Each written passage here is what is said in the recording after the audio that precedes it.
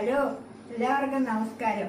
നമുക്കിന്ന് വൈകിട്ട് ഒരു പാവയ്ക്കായും കാന്താരി എല്ലാം കൂടെ അരിഞ്ഞിട്ട് ഒരു മെഴുക്കുവരട്ടി വെക്കാം. അപ്പോൾ പാവയ്ക്ക ഇപ്പോൾ കണ്ടത്തിൽ നിന്നും പറിച്ചു കൊണ്ടുവന്നതായത്. ഇത് വെള്ളക്കാന്താരിയായി ഈ മെഴുക്കുവരട്ടിക്ക് രുചി വരുന്നത്. ഇതാകുമ്പം വലിയ എരിയില്ല.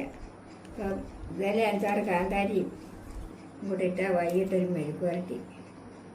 അതിന് അരിയുക.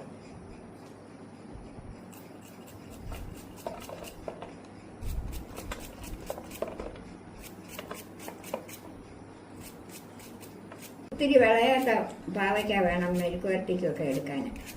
ഒത്തിരി വിളഞ്ഞതാകുമ്പം അത് ശരിയാകത്തില്ല. പകുതി വിളവാകുമ്പോഴേ പാവയ്ക്ക എടുക്കണം. അന്നേരം മെഴുക്കുവരട്ടി വെച്ചാൽ അന്നേരം അതിൻ്റെ അരിയും എല്ലാം കൂടെ അതിനകത്ത് വരുമ്പോഴേ അതിനൊരു രുചിയുള്ളൂ.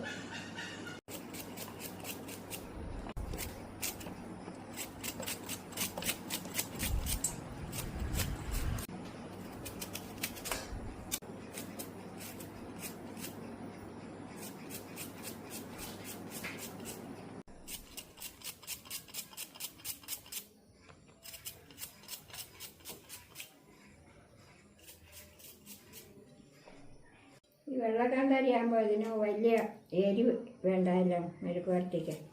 അല്ലാതെ കരണംപൊട്ടിയും എല്ലാം ഉണ്ട്, അത് ഇട്ടാൽ വലിയ എരിയ. അതിനായി ഈ വെള്ളക്കാന്താരി ഇടുന്നത് അരിഞ്ഞ്. ഇതിനകത്തിൽ ഉള്ളിയും കൂടെ അരിഞ്ഞിടണം, ഇല്ലെങ്കിൽ ഇതിന് ടേസ്റ്റ് കിട്ടത്തില്ല.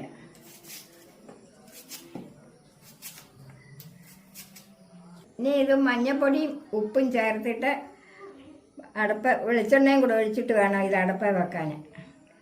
അന്നേരം ആ വെളിച്ചെണ്ണയ്ക്കകത്ത് കിടന്ന് ഇത് മൊരിഞ്ഞു വേകുമ്പം ഇതിന് നല്ല ടേസ്റ്റായിരുന്നു. ഇന്ന് മെഴുക്കുവരട്ടിയായി ഇന്ന്.